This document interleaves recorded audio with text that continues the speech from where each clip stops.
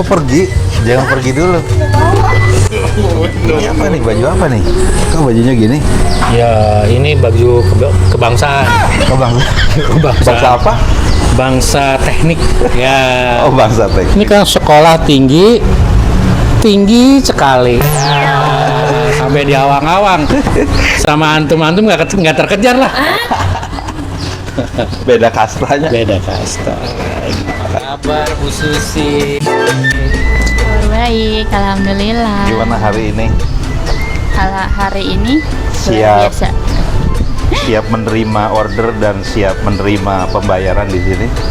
Order and pay here. Betul ya? Betul. Order and Ada minuman istimewa apa hari ini ya? Bapak mau minum apa? Yang selain saya kan biasanya itu ya. Biasanya tenan americano ya. Ya. Lainnya apa ya? Kalau pakai kok gini nggak rubah-rubah. Kasih piccolo dia. Apa? Kasih piccolo. Oh, piccolo. Piccolo. Oh, ada piccolo. Bang, coba Mbak Susi jelasin piccolo teh apa? Ingredientnya apa? Ingredientnya sebenarnya sama aja ya, piccolo itu sama coffee latte, cuman dia ukurannya lebih kecil. Jadi rasa kopi sama susunya balance. Aku mau cobain ya. Oke. Thank you. Sama-sama.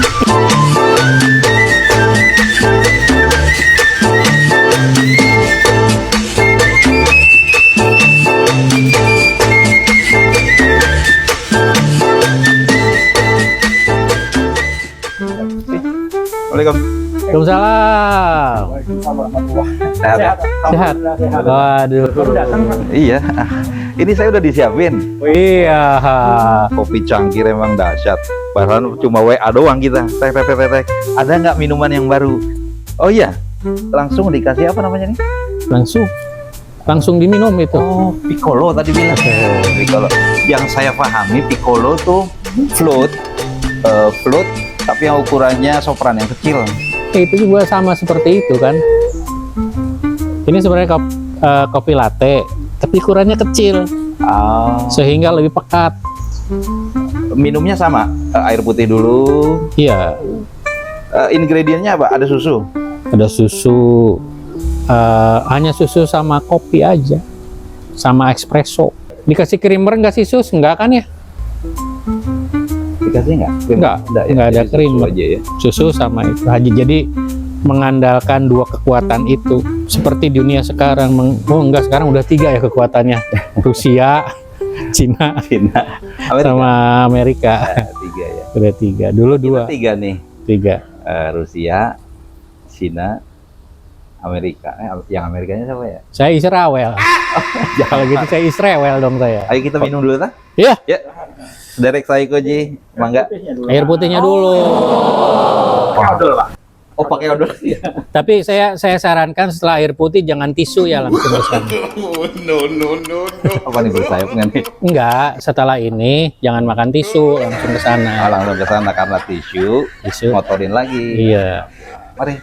Ayo masak ke Kang Mas Gun. Semendo.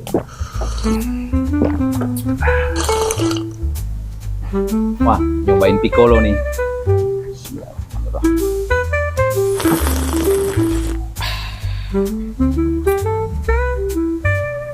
Ih, kayak bukan di Cirebon ya. Kalau saya suka piccolo, biskuit yang cair. Nah, piccolo. Ini info ya. Ada yang nge-gym sebelumnya minum piccolo.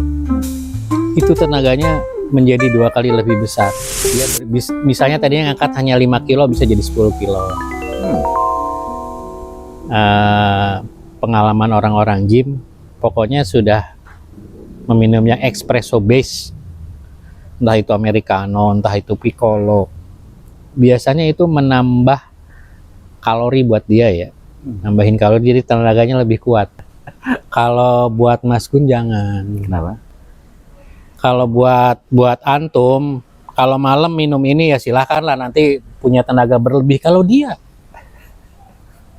bisa nggak tidur semalaman gitu ya, tapi kalau mau kuat zikir ya pakai itu. Maksudnya gimana sih? Tiap kumpul gitu mau jadi objek penderita terus. Bu ya ganti objek. Soalnya Ukan nggak datang, Dadang nggak datang. Parah nih. Oh iya, saya mau awali Sapa Saikoji dulu ya.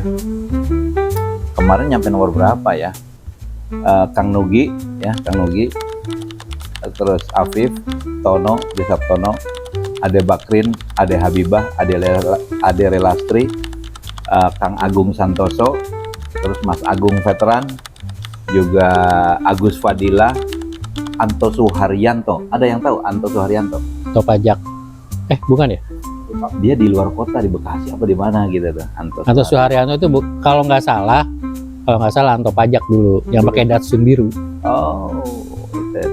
Terus yang AA aja dulu, Anwar Masduki, Arif. Kemarin saya ketemu sama Arif di sini, Kang Arif. Arif siapa? Pak Semaun. Oh, Pak Semaun, putranya ngobrol, makan bareng di depan. Arif, Asep Kanaya, Asep Pamungkas, Mas Asep. Ya, berikutnya nanti yang B minggu depan, Bastian dan seterusnya ya. Kang Bastian aja dulu. Kang Aka ada yang mau disapa siapa? Barka. Tadi kan habis Bastian Barka. Ini Barka ya. Iya. Halo Kang Barka. Apa namanya? Kang Gun, Mas Gun, siapa yang mau nyapa siapa? Ada A dia mah yang bisa, tapi memang beda angkatan A tapi awal. Apa?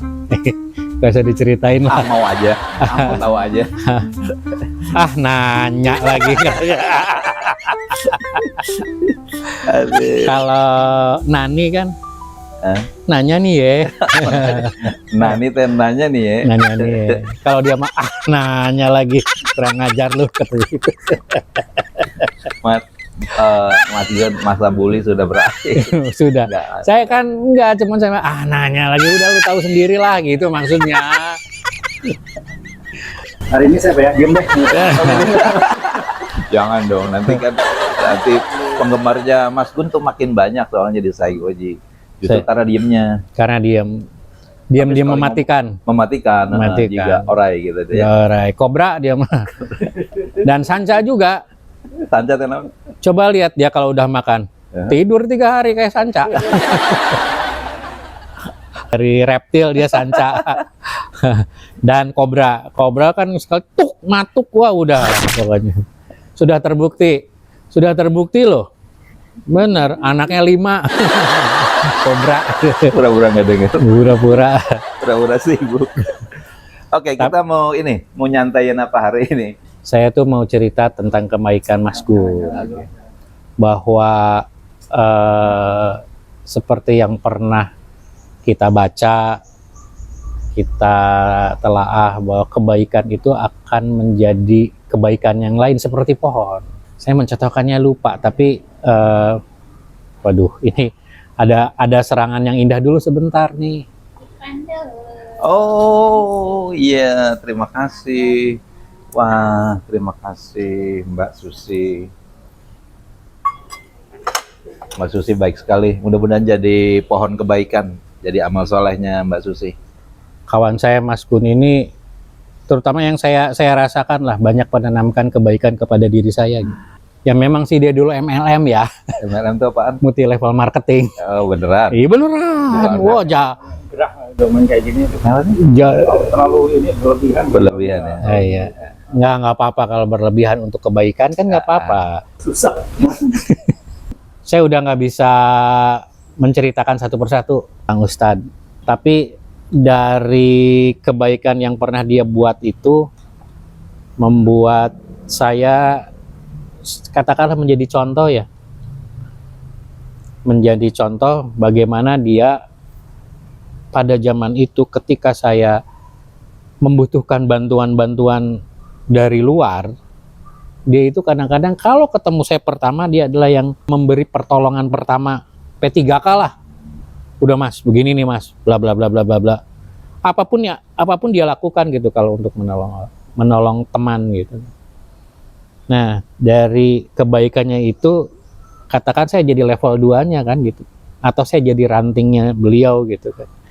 Sehingga saya banyak mengambil contoh dari beliau ya. Kalau beliau tuh seakan-akan udah nggak ada. Jadi saya tuh melakukan yang menjadi contoh lah. Artinya kebaikannya dia pohonnya, saya jadi rantingnya gitu. Saya membuat kebaikan lagi, saya selalu ingat ini tuh dulu dicontohkan sama Mas Gun. Kalau ada orang udah, kalau mau tolong aja lah, udah jangan mikir apa-apa, tolong aja udah. Gitu. Nah, menurut Pak Ustadz, adakah dalil-dalilnya yang apa ya? MLM bahwa saya ketika melakukan kebaikan juga kebaikan yang pernah dilakukan oleh beliau, saya jadi ingat beliau gitu. Mudah-mudahan Allah merahmati beliau atas kebaikan yang saya lakukan. Karena awalnya dia. Gitu Pak Ustadz. Mohon pencerahan Pak Ustadz. Saya awali ketika tadi saya terlupa, saudara saya Koji, karena sibuknya saya mempersiapkan materi-materi yang lain. Saya lupa ini hari Rabu kudu ketemu ada taping video saya Koji gitu ya. Jadi kan ini mau haji kan, ibadah nusuk, ada udhiyah ya, ada hadyu gitu ya.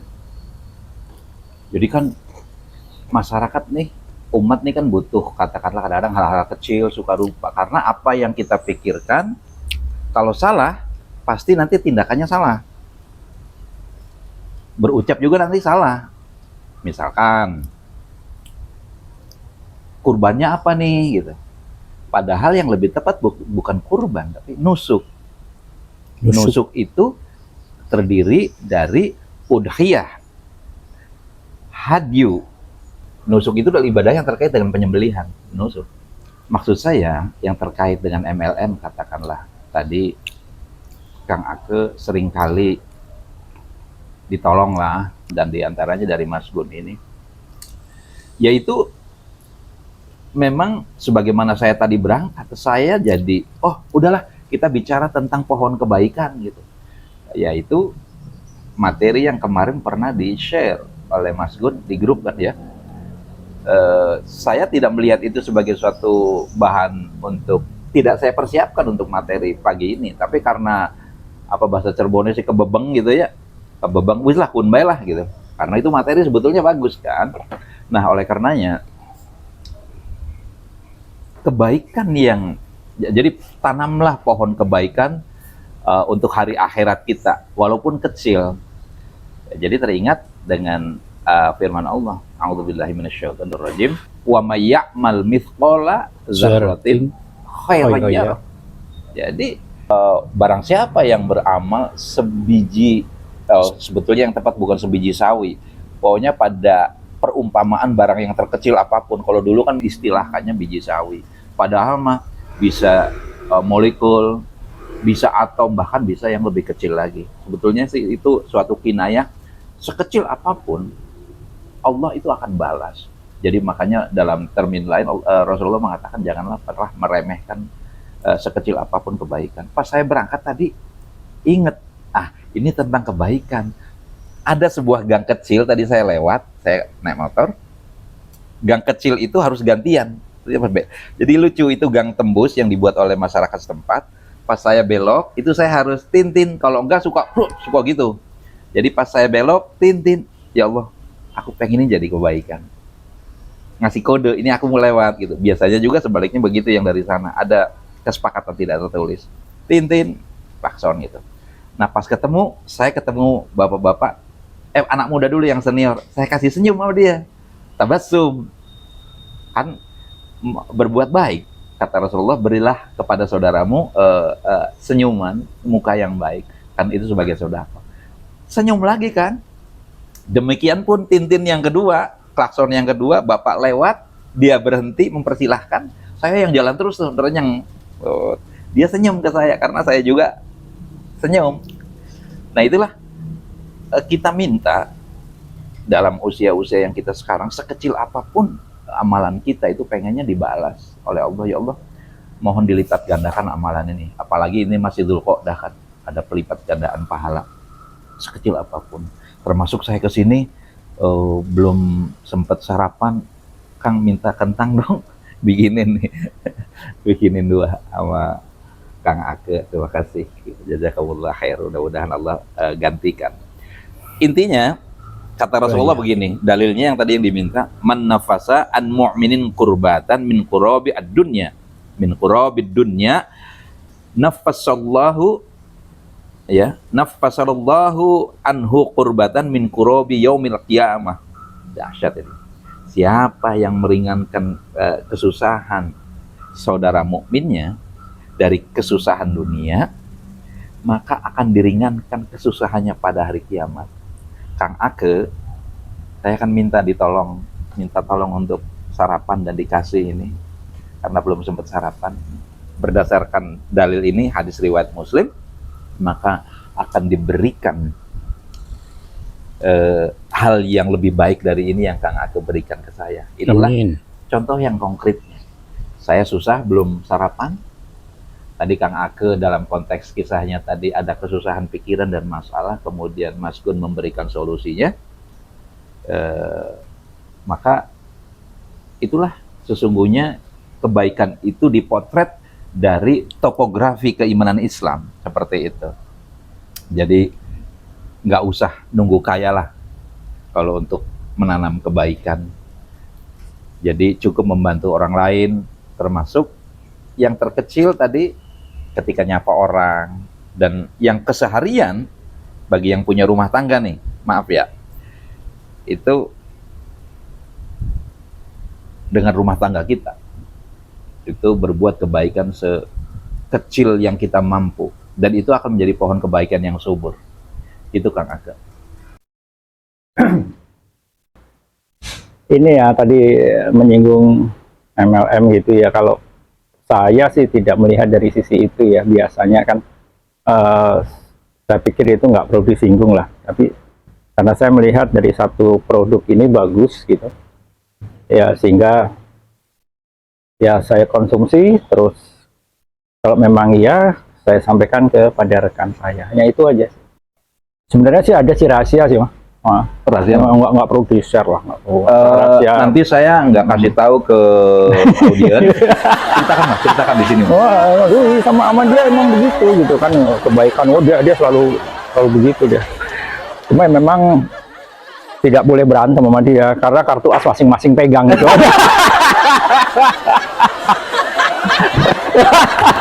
Saling menyandera kasus. Iya, itu kan kayak Amerika punya nuklir, Cina punya nuklir, nggak berani menyerang, Mas. Karena masing-masing punya senjata ini. Pinter Mas Gun ya. Pinter. Dia politikus. Politik kelas tikus. Jadi saya tahu dia kayak gitu tuh takut ya. Aibnya banyak kan, nggak boleh di-share kan. Aib itu nggak boleh kan. Harus ditutupi. Aib saudaramu gitu ya. Iya. Sampai ada doanya kan. Iya. Ya Allah, tutuplah aibku. Itu nggak boleh. Yang perjalanan ke sana-sana tuh nggak usah diceritain, Mas. Nggak usah. Ke Bali bukan ya?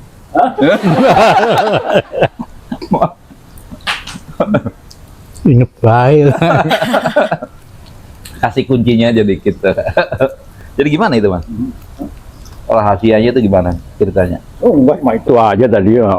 Jadi saling mengikat aja gitu.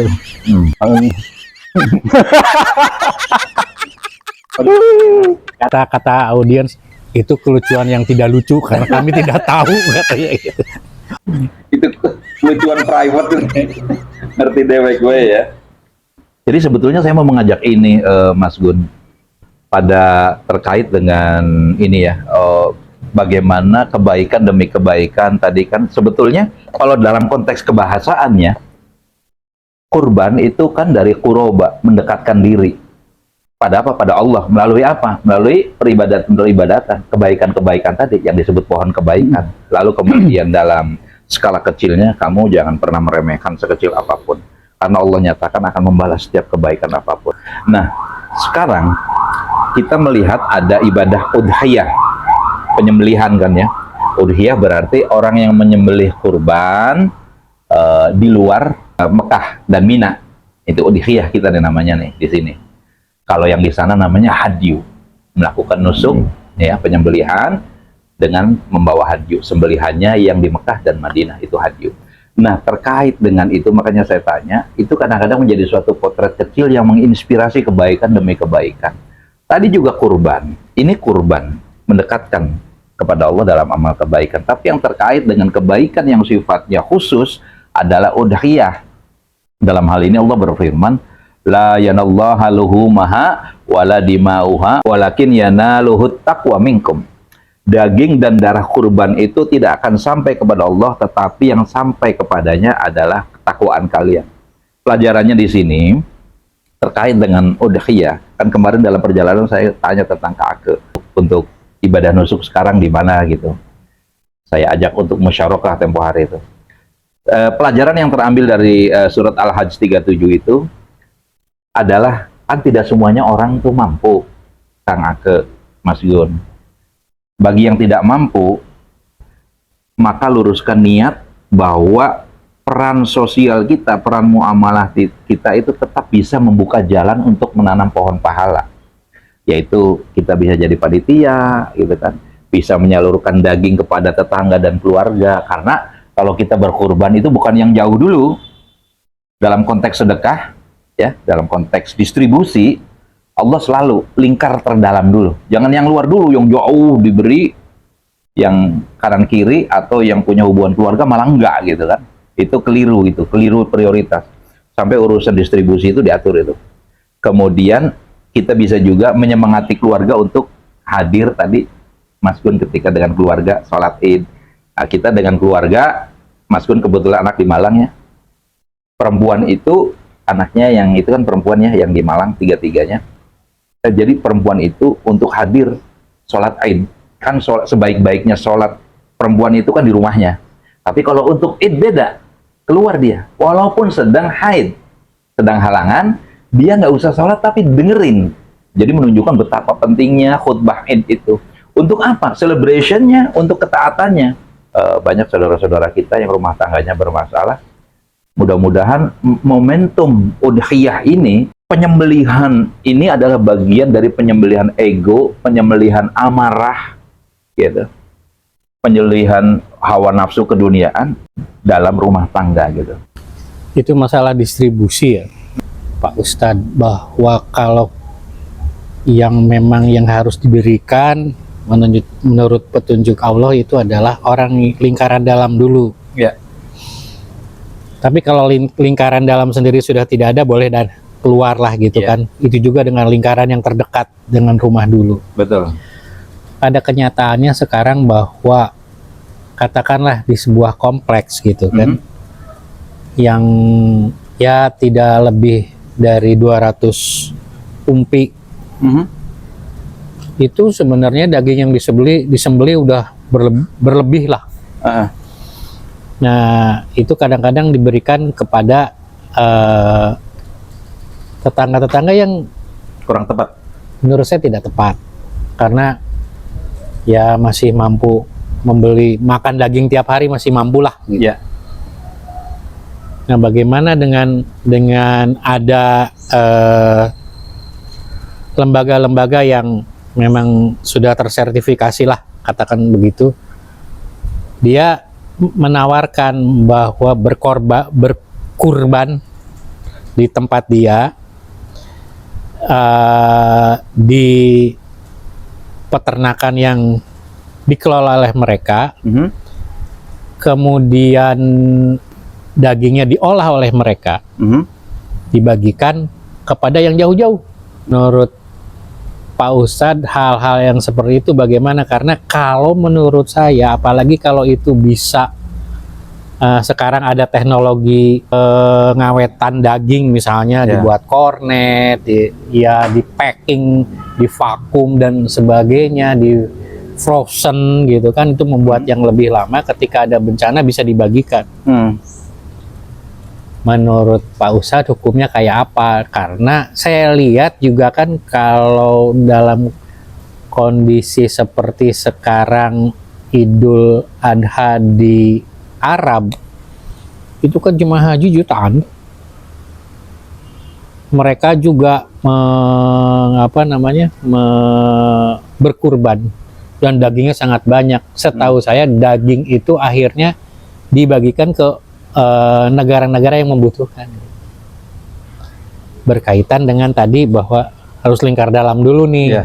Sekarang kan kalau di kota Pak, kadang-kadang ya yang berhak satu orang bisa dapat 50 kilo Pak, karena anaknya juga minta ke sana, ininya minta ke sini, minta dari beberapa kompleks atau dari beberapa panitia gitu kan.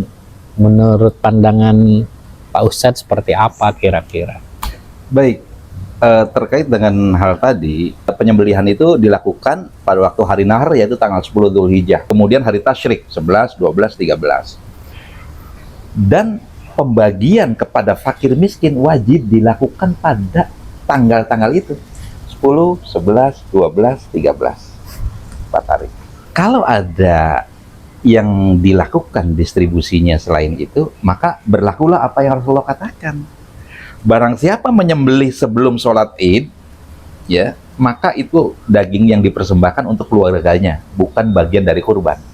Bukan bagian dari kurban, artinya sedekah. Maknanya apa? Bagi yang di luar nahar dan tasyrik, itu pun sedekah biasa. Artinya, sayang kita yang sudah berniat untuk kurban, tidak teranggap berkurban. Itu kan sayang. Jadi artinya kita menemui panitia yang kurang amanah. Oke? Sekarang kita lihat di Saudi. Apa motif dasar mereka melakukan itu? Karena mereka menangani jutaan hewan setiap tahunnya, khususnya pada musim haji. Daging tidak dapat langsung dibagikan kepada seluruhnya di Mina atau Mekah, hingga dikemas, disalurkan kemudian. Lalu mereka bekerja sama dengan Islamic Development Bank, IDB, dengan proyek yang namanya Adahi Project itu. Lalu klaim dasar mereka itu adalah ijtihad administrasi, bahwa kebutuhan dunia Islam lebih besar jika daging disalurkan ke wilayah krisis kelaparan. Kemudian yang kedua, didasarkan pada kemaslahatan yang tidak disebutkan secara eksplisit itu ya, secara syar'i. Namun ijtihad ini kita katakan bertentangan dengan nas sahih, dengan hadis-hadis yang sahih. Mau dikemanakan ini dengan ijma para ulama ya, dari pemerintah Saudi ini, kita harus katakan begitu. Maka kita bisa ungkapkan banyak ulama yang mengkritik atas keputusan Saudi itu. Misalkan orang Saudi sendiri, ulama Saudi, Syekh Utsaimin, yang suka dijadikan rujukan orang saudara-saudara kita yang di Salafi, beliau mengatakan daging kurban adalah untuk mendekatkan diri kepada Allah, taqarrub, ya, melalui penyembelihan, udhiyah, ya, dan juga pembagiannya itu pokoknya semua rangkaian dalam terkait dengan nusuk itu adalah kurban untuk mendekatkan diri. Itu sudah diatur, bukan sekedar daging sosial. Oke, bukan sekedar. Jadi tidak boleh menundanya kecuali darurat. Itu kata Syekh Utsaimin tuh. Nah, kita lihat pendapat Dewan Hizbah Persis seperti apa. Ulama-ulama di Persis, ulama hadis juga menyatakan, yang merujuk bukan Persis sendiri, artinya dari ulama hadis, dasarnya jelas. Ornetisasi itu menghilangkan syiar kurban. Syiar itu apa? Syiar itu bukan kakoncara dan idhar, bukan. Itu malah idhar namanya. Syiar itu adalah memelihara simbolisasi berdasarkan nas yang sahih.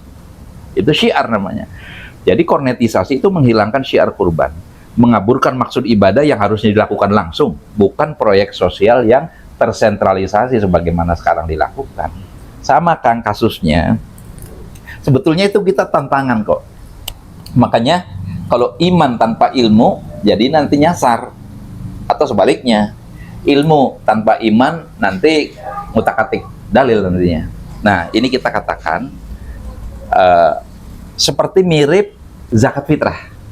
Zakat fitrah bisa disebut zakat fitrah, kata Rasulullah, sebelum khutbah berakhir, itu fitrah. Kalau setelah khutbah khotib turun dari itu sudah sedekah biasa. Jadi kan persoalannya didistribusi. Bagaimana? Yaitu mah jawaban kata Rasulullah, antum a'lamu umuri dunyakum. Urusan dunia, distribusi itu urusan kamu lebih tahu caranya. Saya sudah bertahun-tahun melalui panitia yang tervalidasi yang saya percaya. Dia berdasarkan sudah pakai MLM, kayak piramid begitu, disebut zakat fitrah itu kan antara subuh sampai khutbah sebelum khatib turun, kan itu disebut zakat fitrah. Dalam waktu yang sekian jam ini, ribuan harus terbagikan. Bagaimana caranya? Ya pakai perwakilan. Gitu. Dikumpulkan 2 hari sebelumnya, seminggu sebelumnya nggak apa-apa, tapi dibagikannya, didistribusikannya itu mulai ibadah tuh di situ. Berdasarkan kita kan harus selamat ibadahnya. Jangan sampai kita sudah merasa ibadah tapi nggak selamat ibadahnya gitu tuh.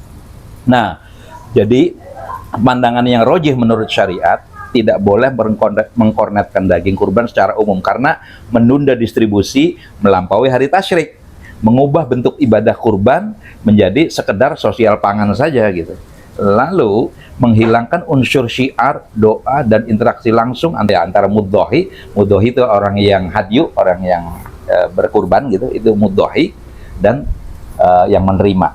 Jadi menghilangkan unsur syiarnya. Lalu yang keempat, bertentangan dengan perintah Rasul dan praktek para sahabat. Begitu keterangannya Kang Ageng. Jadi kalau misalnya terakhir tanggal berapa? 14, 10, 11, 10, 11, 12, 13. 13. Nah, misalnya orang berkurban tanggal 13 sore, ya sore itu juga harus segera dibagikan ya? Ya, betul. Nggak bisa sampai lewat hari itu. Ya. Jadi sebetulnya kalau semua unsur ibadah itu adanya ketaatan sih. Ada lagi begini. Jadi sebuah diskursus.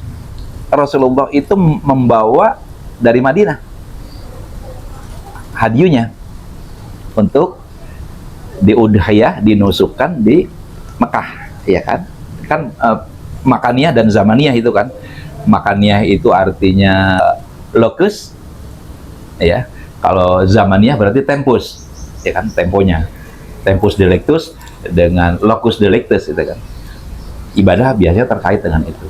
Rasulullah itu kan contohnya membawa hewan kurbannya dari tempat di luar Mekah menuju Mekah. Maka berdasarkan dalil itu, bagi orang-orang tertentu, oh kalau begitu, di sana kan sudah numpuk jutaan hewan kurban. Ngapain di sana? Motong aja dievakuasi, banyak orang kelaparan dievakuasi, atau di Gaza. Di Gaza, kan banyak kelaparan. Haram itu nggak bisa, bertentangan dengan dalil. Gitu. Karena persoalannya itu sesungguhnya orang kelaparan tuh bukan itu. Bukan persoalan daging kurban. Persoalannya apa orang kelaparan? Adalah lemahnya umat Islam yang kata Rasul, umat Islam nanti kamu di akhir zaman tuh seperti begini nih. Makanan. Orang-orang kafir itu ngerebutin kalian. Kamu itu kayak buih di laut. Di laut nggak punya kekuatan ekonomi, nggak punya kekuatan politik. Kita itu jadi korban politik, jadi korban kapitalisme dunia. Itu jawabannya. Masuknya dari situ pintunya. Yaitu apa? Dengan tidak bersatunya umat Islam. Coba kalau umat Islam bersatu melawan Israel, gampang pisan. Jadi terkait kembali pada persoalan ini, jangan lari kemana-mana. Simple, dalilnya begitu, laksanakan begitu. Kalau mau selamat ibadahnya, cari panitia yang meyakinkan kita. Gitu. Ya harus dipelajari, harus ada verifikasi. Gitu kira-kira Kang. Yuk minum dulu, biar nggak terlalu tegang. Apa yang tegang? Tegang kopinya Mas.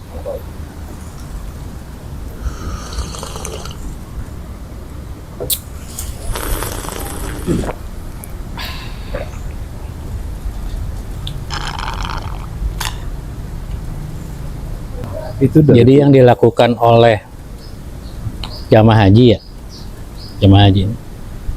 Waktu itu juga kan motong tuh.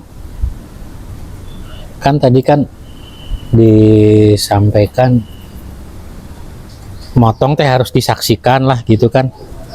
Jemaah haji di sana kan meren agak sulit ya melihat ini korban saya nu aya nu di mana, oh di Mekah blok kumaha eta lokus deliktinya saya di Arab, saya di Mekah, yang motongnya di Mekah gitu kan. Betul. Tapi dia nggak nyaksin mana barang orang, maksudnya mana mbak orang gitu. Kumaha Dimanapun tempat, kita tahulah tidak semua perkara yang di Arab Saudi itu dijalankan dengan baik dan sempurna sebagaimana dalil. Kita mengetahui itulah. Sebagaimana banyak orang kehilangan ini dan itu ya di tempat suci gitu. Kita paham itu. Nah, terkait dengan itu bagaimana menimbang apa yang sudah kita rencanakan sebagai suatu amalan, nanti di mana ya dilaksanakannya sesuai nggak dengan aturan. Nah, kembalinya pada husnudzon kalau itu. Yakin bahwa pengelola yang di sana itu sudah menjalankan sesuai syariat. Kecuali bagi yang kita tahu tadi tidak sesuai syariat. Misalkan yang tadi tuh. Kemudian yang berikutnya adalah nasihat. Gitu. Contoh gini, Pak. Jangan jauh-jauh nih. Di 1 tahun ayah saya pernah menghubungi saya, kamu kurban nggak? Insya Allah kalau Allah mengizinkan. Kamu kurbannya di sini, di Cirebon. Kata ayah. Di Cirebonnya di mana? Ada orang yang datang ternyata. Mereka belum tentu makan satu daging 1 tahun. Karena mereka bukan kota, perbatasan kota Cirebon. Kalau nggak salah, aduh namanya apa? Bukan Argasunya. Saya udah lebih dari 20 tahun hukum ya. Iya. Kalau sekarang sudah tahu, ya sudah kena hukum gitu. Ya Mas. Iya. Jangan satu aja yang satu jangan yang jadi kurban perasaan. Tapi kurban perasaan. Karena begini ada kurban, Ada korban lain. Korban apa Mas? Korban perasaan. Itu kalau kurban kan maknanya positif. Tapi korban pasti itu perkosaan, penipuan, kecelakaan gitu, negatif lah ya. Itu mirip tapi maknanya beda banget gitu tuh. Nah, sekarang Pak Ustadz, oke lah itu adalah ibadah syariahnya gitu kali ya. Tapi saya minta nasihat sehubungan dengan makna berkurban gitu kan. Dalam konteks kehidupan sehari-hari gitu kan. Itu kan mungkin yang lebih kita butuhkan sebagai bahan atau bekal kita untuk pulang. Kita sebagai makhluk Allah dan keturunan Nabi Ibrahim gitu kan, harus bagaimana sih supaya kalau Ramadan yang pernah kita bahas kemarin, terus kita membawa nilai Ramadan sampai saat ini. Nah, ini juga berkurban itu dalam konteks kehidupan sehari-hari, sebaiknya apa yang kita lakukan sehingga kita berkurban setiap hari. Kalau dalam kekitaan, kesaikologian, alhamdulillah, subhanallah, alhamdulillah, wala ilaha illallah, wallahu akbar. Saya bersyukur sekali karena setiap Rabu kita itu berkurban di sini. Dalam makna yang lainnya, bukan kurban nusuk, tapi kita kurban mentakarrubkan diri kita pada jalan Allah, yaitu melalui channel edukasi ini. Terus buat mereka yang berada dalam bibir jurang perceraian, katakanlah, ayolah jadikan kurban ini, Aid ini dibawa terus semangatnya untuk banyak, sebagaimana ditinggalnya, bayangkan istri Nabi Ibrahim, ibunya Ismail di lembah Mekah sendirian gitu tuh. Kalau bukan karena semangat kurban, nggak mungkin. Ketika itu kan disebut, wahai Ibrahim, kenapa engkau melakukan ini, meninggalkan aku di tanah tandus ini? Terus aja diulang-ulang pertanyaan itu, Nabi Ibrahim nggak ngeladenin gitu, jalan aja terus. Tapi ketika dari kejauhan, apakah ini perintah Allah? Nabi Ibrahim, iya, udah diam, laksanakan sudah. Sampai Ismail besar, 13 tahun menurut riwayat, 11 tahun menurut riwayat lain, baru ketemu tuh lebih dari 10 tahun. Itu kan tidak ringan, pengorbanannya luar biasa.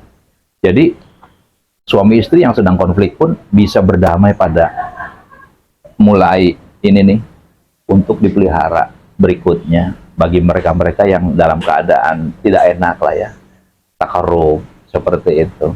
Jadi pesannya bahwa kalau kita tidak mampu tahun ini katakanlah melakukan ibadah udhiyah, melakukan nusuk, penyembelihan, ya tadi lakukanlah takarrub kepada Allah, kurban kepada Allah dengan kesabaran, menahan amarah. Terus jangan berhenti membantu saudara. Kalau tidak harta ya ilmu. Tidak harta ya ilmu. Karena dua itu yang dipentingkan. Kemudian pengorbanan juga, menjaga keluarga itu nggak gampang, khususnya nih bapak-bapak nih. Era fitnah sekarang itu, perceraian itu seperti apa ya, orang seolah-olah, saya suka merenung sendiri. Salah satu tujuan pernikahan orang-orang sekarang tuh sepertinya bercerai gitu. Tuh aja, kamu tujuan nikah apa? Bercerai. Karena perceraian itu bukan persoalan yang tabu lagi sekarang tuh. Kayak seolah setengah wajib gitu tuh. Kalau ada persoalan sedikit-sedikit pengennya bercerai. Itu mengerikan sekali. Hendak kemana ini keadaan umat Islam yang begini tuh. Di Gaza begitu, digempur pagi siang malam. Sementara akidah anak-anak kita, anak-anak muda kita yang memasuki dunia pernikahan tapi nggak ngerti dunia pernikahan teh kayak rimba gelap gitu, asal sebagai sebuah gelanggang percintaan semata. Ya kalau pernikahan dijadikan gelanggang percintaan, yang ngeri ya tuh. Kan tidak hanya cinta saja, cinta kalau tidak didasari dengan cinta yang didasari kepada Allah dan Rasulnya, kan jadi cinta apa tuh? Repot sendiri. Kira-kira itu Kang Haji. Ini kan luar biasa nih. Ya Prabowo itu kan kopi cangkir berkorban tuh, berkurban tuh. Nah korbannya itu kopi cangkir. Kalau menurut saya itu bukan kurban, bukan, itu lebih kepada ya, dikorbankan dia. Nih korban nih, kasihan nih. Kopi cangkir berkorban. Belum lagi habis ini kita ditraktir. Oh, nah itu dia tuh korbannya bersekutu. Aduh, Oh, ditraktir makan kan? gimana? Gimana? Iya benar. Itu nggak jadi. Tapi nggak pernah ya, kita nggak jadi ya. Kalau di mana? Pernah ya. Oh, waktu kapan? Di mana? Nggak usah diceritakan. Ya, maksud saya itu berarti maknanya kurban itu adalah satu, seperti Nabi Ismail yang akan disembelih, menunjukkan ketaatan ya. Ya. Satu, bahwa apapun yang sedang kita alami, taatlah pada Allah. Itu kan mungkin ya, saya Betul. memaknainya itu sama juga ketika namanya Nabi Ibrahim yang akan memotong, kan hanya karena ketaatan saja. Nah sekarang dengan hubungannya dengan ego, motongnya di mana motongnya tak? Ya. Gitu ya. Ibarat ego itu adalah sebuah sinar laser yang kuat. Itu kita patah itu egonya. Patahkan, kita potong. Kita udhiyah. Ya, kita sembelih gitu kan. Melalui apa? Pintunya adalah rilis. Tawakal. Ego itu hanya bisa dibunuh oleh tawadhu. Ya Allah. Kan begini, ketika kita dapatkan suatu keinginan yang kuat dan kelihatannya harus nabrak tembok nih, yang kita lakukan adalah, ya Allah, aku tahu aku di jalan yang benar, tapi yang kita hadapi itu kok nggak mau nerima, nolak gitu. Apa yang kita katakan? Astagfirullahaladzim, inna lillahi wa inna ilaihi raji'un. Kita berserah diri. Yang penting kewajiban kita sudah dilakukan. Saya pernah dengar kalau 6.600 ayat diperes, judulnya hanya takwa. Al-Quran itu diperes, judulnya hanya takwa kan. Ya, kita harus bertakwa, apa yang Allah sampaikan dalam Quran, itulah yang kita harus kita percayai, harus kita lakukan gitu. Sehingga kita harus memotong ego kita gitu. Ya, betul. Menurut, karena kita kadang-kadang kalau sudah baca Quran dihubungkannya sama logika, masuknya ke logika saya.